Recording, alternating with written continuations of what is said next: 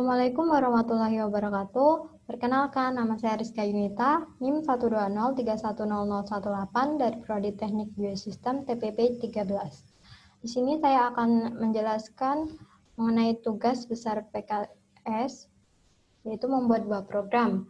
Untuk program yang pertama, di bidang matematika, saya membuat program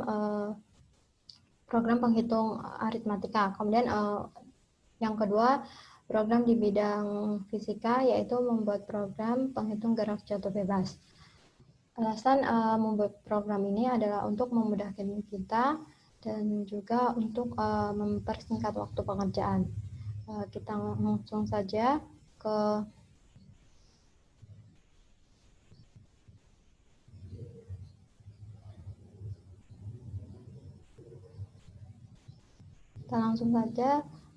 yang pertama, kita ke flowchartnya terlebih dahulu, yaitu program penghitung aritmatika. Sini kita mendeklarasikan terlebih dahulu variabel yang digunakan. Sini ada integer, kemudian assign. Assign ini digunakan untuk memberikan nilai pada variabel. Kemudian ada integer i, ada string l. Integer itu digunakan untuk tipe data angka, sedangkan string digunakan untuk tipe data karakter ataupun teks. Dan di sini ada integer array. Sini saya menggunakan integer array-nya a kurang siku 1, b kurang siku 1, dan n kurang siku 1, yaitu maksudnya kurang siku itu untuk yaitu banyaknya angka yang ditampung. Seperti itu. Kemudian di sini ada output mengenai informasi program penghitung aritmatika, ada rumusnya, kemudian ada keterangan rumusnya juga. Dan di sini kita masuk ke perulangan dulu, masukkan pilihan 1 atau 2. Ketika kita menginputkan angka 1 atau 2, maka program akan masuk ke percabangan dan menyelesaikan menggunakan sesuai dengan yang kita inputkan. Misalnya saja ketika menginputkan angka 1, maka program akan menyelesaikan data yang diinputkan menggunakan rumus UN sama dengan A plus N1 kali B. Seperti itu. Kemudian ketika kita menginputkan angka 2, maka program akan menghitung menggunakan rumus deret aritmatika. Seperti ini. Rumus deret aritmatikanya yaitu Sn sama dengan N per 2 kali 2A plus N-1 kali D. Kemudian nanti akan diperoleh hasilnya. Dan ketika kita menginputkan selain angka 1 dan 2, maka akan muncul pilihan invalid. So, di sini ada output, masukkan pilihannya untuk mengulang, rumus, atau T untuk berhenti. Kemudian di sini ada input, menginput huruf Y atau T. Ketika menginput Y, maka program akan mengulang ke sini, kemasukan pilihan angka 1 atau 2 tadi. Kemudian ketika menginput T, maka program akan berhenti. Kita masuk ke C++-nya. Oh ya, tadi flowchart-nya saya menggunakan aplikasi Flowgorithms ya. Dan sini ada flowchart-nya. Ini ada include IOStream. Include IOStream itu sebagai header supaya si in dan si out berjalan. Kemudian ada using namespace std, itu untuk mempersingkat dan juga supaya kita tidak perlu repot-repot untuk menambah std lagi di setiap si out ataupun si in. Kemudian ada in main, yaitu sebagai fungsi utama. Kemudian ada float. Float itu maksudnya merupakan variabel yang isinya itu bisa angka yang ada komanya atau desimal seperti itu. Kemudian di sini ada array. Di sini ada array A, B, dan juga N. Kemudian kita masuk ke integer E. Integer yaitu angka. Kemudian ada char L. Char itu digunakan untuk karakter. Dan di sini ada cout. Di sini ada syarat mengenai informasi program penghitung aritmatikanya. Di sini ada rumusnya, kemudian ada keterangan rumusnya. Kemudian di sini ada perulangan do. Ada perulangan do, kemudian ada percabangan if, kemudian ada percabangan else if, dan juga ada percabangan else if, kemudian ada percabangan else, dan juga ada perulangan while. Sini masuk ke perulangan do. Sini kita diminta untuk menginputkan angka 1 atau 2. Ketika menginputkan angka 1, maka program akan masuk ke percabangan if i sama dengan 1. Dan sini maka program akan menghitung menggunakan rumus baris aritmatika.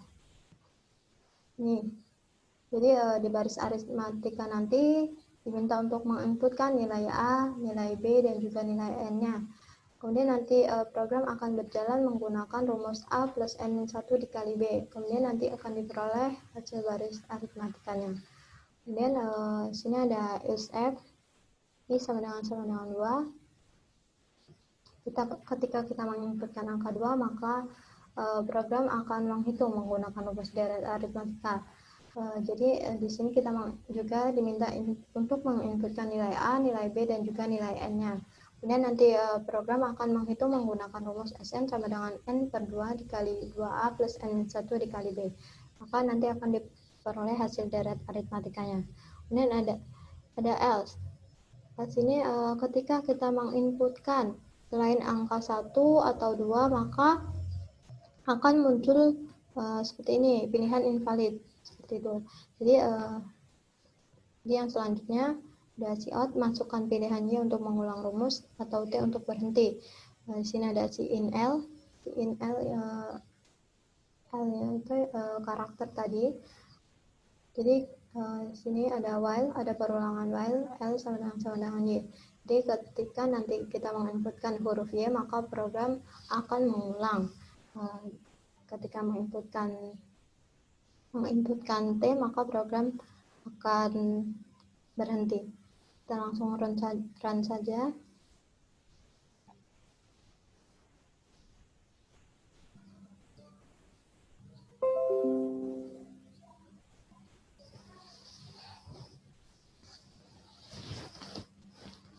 Jadi seperti ini tampilan ketika kita merunnya. Ada program penghitung aritmatika, ada rumus baris aritmatika, ada deret aritmatika, kemudian ada keterangan rumus. A itu sebagai suku awalnya, B itu sebagai beda atau selisih, N itu sebagai suku ke N-nya. Kemudian di sini ada pilihan rumus yang digunakan. Ada 1 sebagai baris aritmatika dan 2 sebagai deret aritmatika. Kita coba inputkan angka 1, maka program menampilkan baris aritmatika dan juga rumusnya. Dan kita inputkan nilai A-nya, misalnya saja 3, dan bedanya 5, dan suku ke N-nya misalnya 20. Maka akan diperoleh hasil baris aritmatikanya yaitu 9,8. Hasilnya yaitu 98. Kemudian kita masukkan huruf Y untuk mengulang pilihan tadi. Jadi kita selanjutnya menginputkan angka 2, maka akan masuk ke deret aritmatika, inputkan nilai A-nya, misalnya saja 5, dan bedanya 9, juga suku ke N-nya 17, maka diperoleh hasil deret aritmatikanya atau SN-nya 1309. Sini kita ulang lagi huruf Y, masukkan pilihan. Ketika kita masukkan selain angka 1 dan 2, misalnya saja 3, maka akan muncul pilihan invalid seperti ini. Jadi, kemudian di sini kita akan menginputkan T, maka program akan berhenti. Seperti itu. Kemudian kita masuk ke program yang kedua. Program yang kedua yaitu di bidang fisika, yaitu program penghitung gerak jatuh bebas. Programnya tidak jauh berbeda dengan yang pertama tadi. Sini ada integer, kemudian ada sin G. Sini percepatan gravitasinya ditetapkan yaitu 9,8 meter per sekon. Dan ada integer n, kemudian ada string L, ada integer array S0 dan UT-nya. Dan di sini ada output berisi informasi mengenai program penghitung gerak jatuh bebasnya, seperti itu. Kemudian masuk ke perulangan do, masukkan pilihan angka 1, 2, atau 3, dan nanti akan menginput angkanya. Ketika menginput angka 1, maka akan masuk ke percabangan menghitung nilai ST-nya.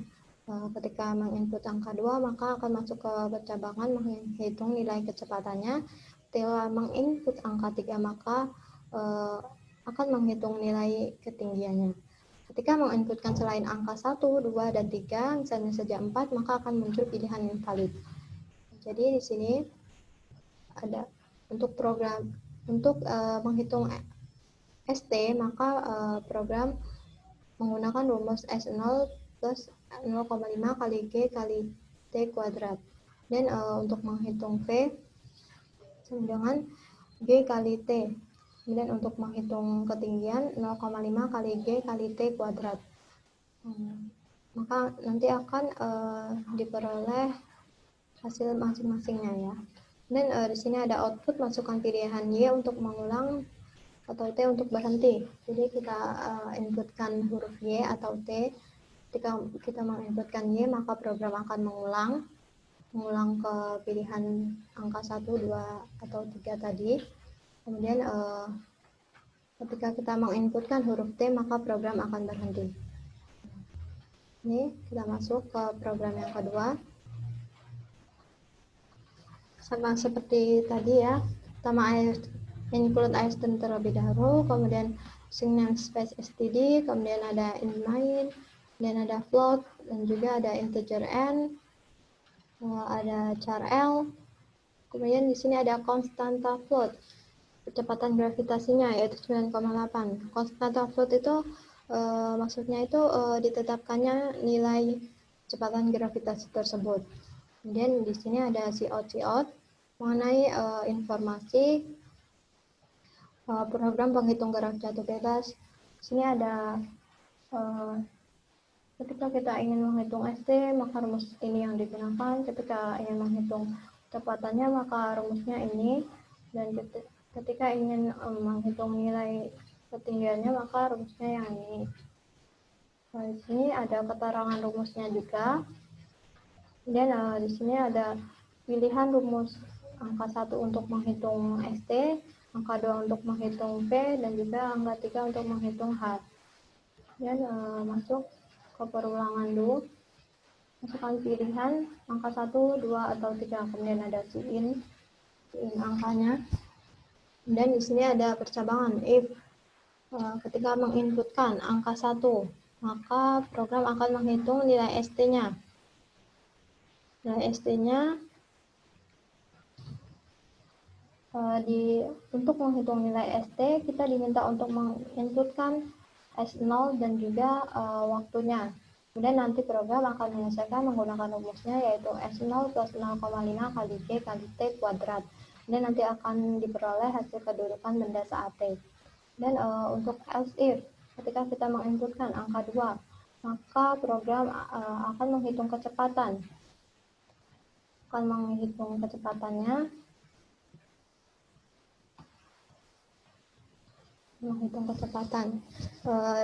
Untuk menghitung kecepatan kita hanya diminta untuk menginputkan waktunya saja.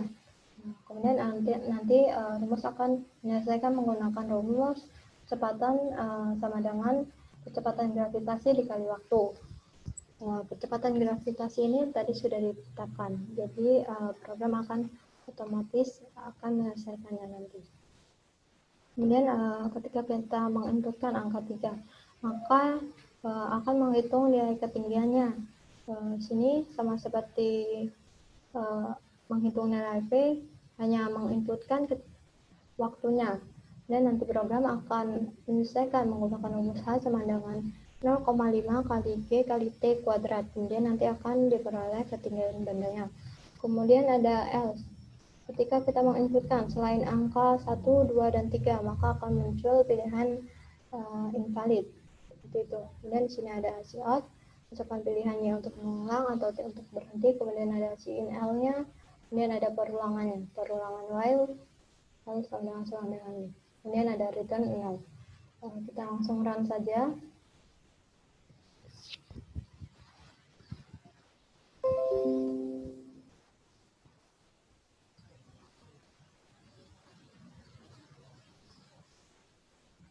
Seperti ini tampilan program penghitung gerak jatuh bebasnya. Sini ada informasinya.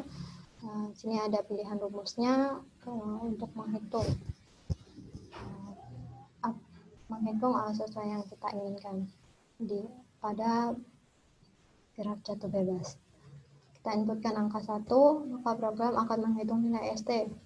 Inputkan S0-nya. S0-nya misalnya 60. Kemudian T-nya 20 sekon. Maka akan diperoleh ST-nya yaitu 2020. Kemudian kita inputkan Y untuk mengulang. Masukkan pilihan lagi. Misalnya sekarang menghitung kecepatan. Maka akan muncul seperti itu. Kemudian rumusnya, inputkan T-nya misalnya 25 sekon. Maka kecepatannya diperoleh yaitu 245.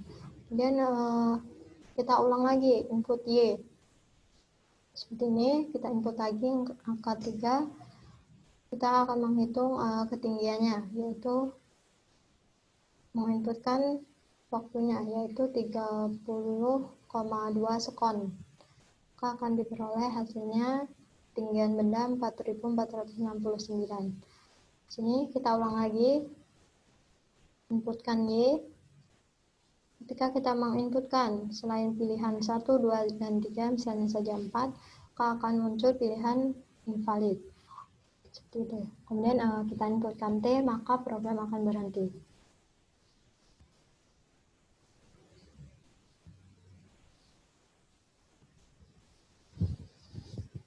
Sekian penjelasan program yang saya buat. Saya ucapkan terima kasih. Wassalamualaikum warahmatullahi wabarakatuh.